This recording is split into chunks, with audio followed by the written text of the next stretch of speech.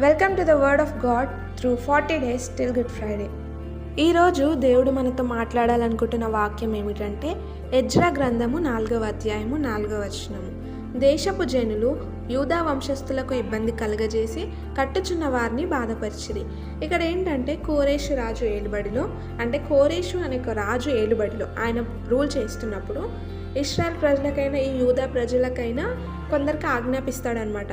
దేవుని ఆలయాన్ని కట్టండి, దేవునికి మందిరాన్ని కట్టండి అనేసి, మన భాషలో చెప్పాలంటే చర్చ్ కట్టండి అనేసి చెప్తూ వచ్చినాడు అనమాట.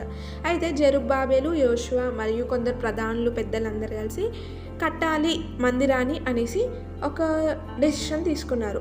అప్పుడు ఆ ప్లేస్లో ఉంటున్న వాళ్ళందరూ, అక్కడ జనులు అందరూ, అంటే రాదర్ దెన్ దీస్ పీపుల్, ఈ యూదా వంశస్థులు కాకుండా మిగతా జనాలందరూ ఏం చేస్తున్నారంట, ఈ కట్టుచున్న వారిని ఏం చేస్తున్నారు, ఇబ్బంది కలుగజేసి బాధపరుస్తున్నారంట. ఆ దేశపు జనులందరూ ఎవరెవరైతే ఈ మందిరాన్ని కట్టడానికి నిశ్చయించుకున్నారో, డిసిషన్ తీసుకున్నారో వారందరినీ వాళ్ళు ఆటంకం చేస్తున్నారు.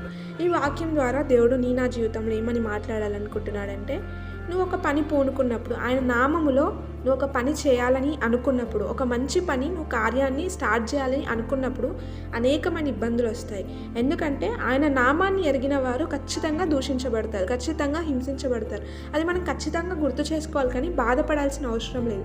ఎక్కడ ఆయన నామములో మనం హింసించబడతామో అక్కడ ఆయన నామ ఘనత వస్తుంది. కాబట్టి ప్రియ యవన సహోదరుడా, ఒకటే చెప్పాలనుకుంటున్నాను. ఆయన ఏం చెప్తున్నాడంటే, నువ్వు ఆయనలో ఎదుగుతున్నప్పుడు ఖచ్చితంగా ఇబ్బందులు వస్తాయి. ఆత్మీయంగా ఎదుగుతున్నప్పుడు ఎన్నో శోధనలను మనం ఎదుర్కోవాల్సి ఉంటుంది. కానీ ఆ శోధనలు మనం ఎదిరించాలంటే ఖచ్చితంగా మెలకుగా ఉండి ప్రార్థన చేయాలి, వాక్యాన్ని గట్టిగా పట్టుకోవాలి, వాక్యాన్ని ఎక్కువగా ధ్యానించాలి, ఆయనతో ఎక్కువ సమయాన్ని గడపాలి. నువ్వు ఆత్మీయంగా ఎదుగుతున్నప్పుడు ఖచ్చితంగా శోధనలు వస్తాయి. నువ్వు కృంగిపోయే స్థితిలో ఉండొద్దు, బాధపడి సాతానికి లొంగిపోయే స్థితిలో ఉండొద్దు. కేవలం నీ యొక్క దేవుని నామ మహిమార్థమై జీవించాలి. మన బ్రతుకు ఆయన కోసం మాత్రమే. ఎందుకంటే ఆయన నిన్ను ఏర్పరచుకున్నాడు. పిలువబడిన వారు అనేకులు, కానీ ఏర్పరచబడిన వారు కొందరే. ఆ ఏర్పరచబడిన గుంపులో నువ్వు ఉన్నావు. కాబట్టి జాగ్రత్త ప్రియ యవన సహోదరుడా, నువ్వు ఆత్మీయంగా ఎదుగుతున్నప్పుడు చాలా శోధనలు వస్తాయి, చాలా ఎదిరించేవారు ఉంటారు. నీ జీవితంలో అనుకోకుండా ఎన్నో ఇబ్బందులు వస్తుంటాయి, బాధపరిచేవారు అనేకులు వస్తుంటారు. ఎందుకంటే అవన్నీ నిన్ను పరీక్షించడానికి. కాబట్టి ధైర్యముగా మెలకుగా ఉండి ప్రార్థించు, అన్నీ ఆయన చూసుకుంటాడు.